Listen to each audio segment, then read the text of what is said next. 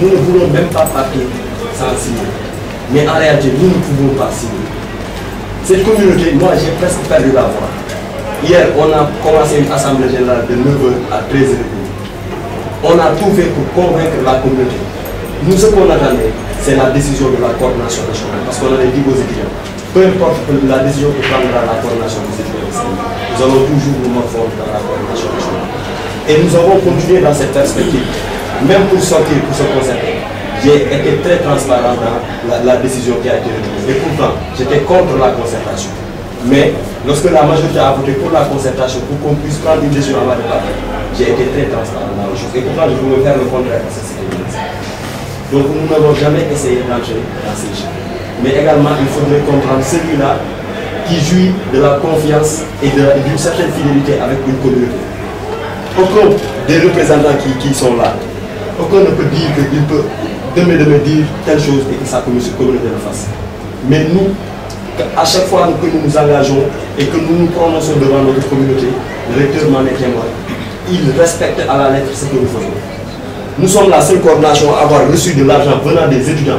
Certains aussi sont ça qui nous donnaient de l'argent pour nous dire allez voir les autorités religieuses.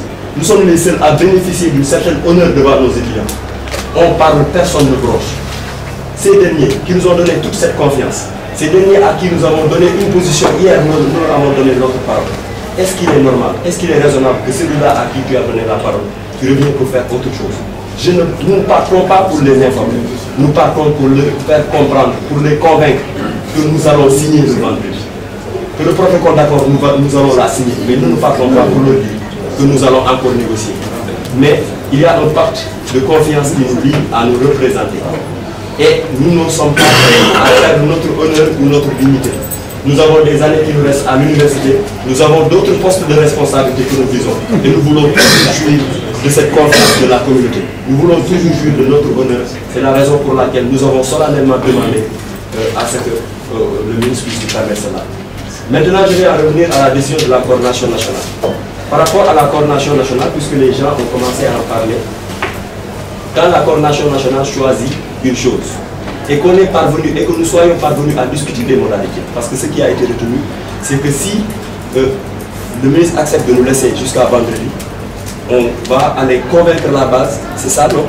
Tous les ne seront pas mentir, on va aller convaincre la base, pas pour nous négocier, convaincre la base et on revient le vendredi pour signer, que ça soit très clair.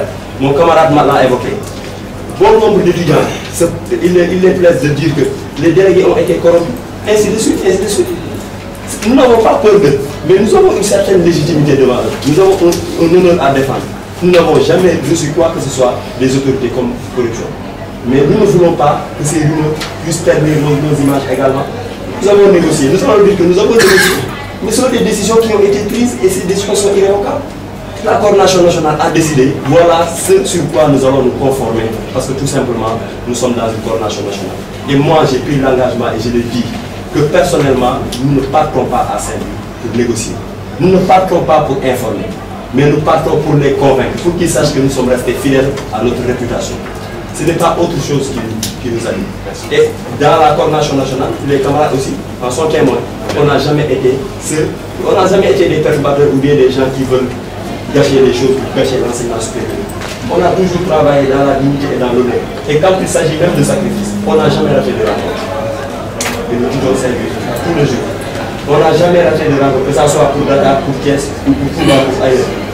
Donc si nous avons fait cette proposition, c'est parce que tout simplement nous voulons que les choses se passent dans la transparence, mais également dans la confiance avec nos représentants. Mes camarades l'ont dit, ou les camarades de l'UQAM, on maîtrise très bien ce qui se passe là-bas. Demain, il y a des gens qui attendent, parce qu'ils ne peuvent pas participer à ces genres de rencontres. Ils n'attendent que ces gens-là puissent prendre une décision sans qu'ils en aient été informés. Ils diront qu'ils ont été corrompus et d'autres vont s'attaquer à ces derniers. Est-ce que pour régler une chose pour aujourd'hui, ça vaut le coup de créer d'autres incendies dans les universités? Est-ce que ce que nous attendons pour le vendredi, et nous qui avons pris l'engagement de dire que nous, moi je le dis, nous n'allons rien réinscrire sur le protocole d'accord. Nous ne partons pas pour informer, mais nous partons pour convaincre et revenir pour signer.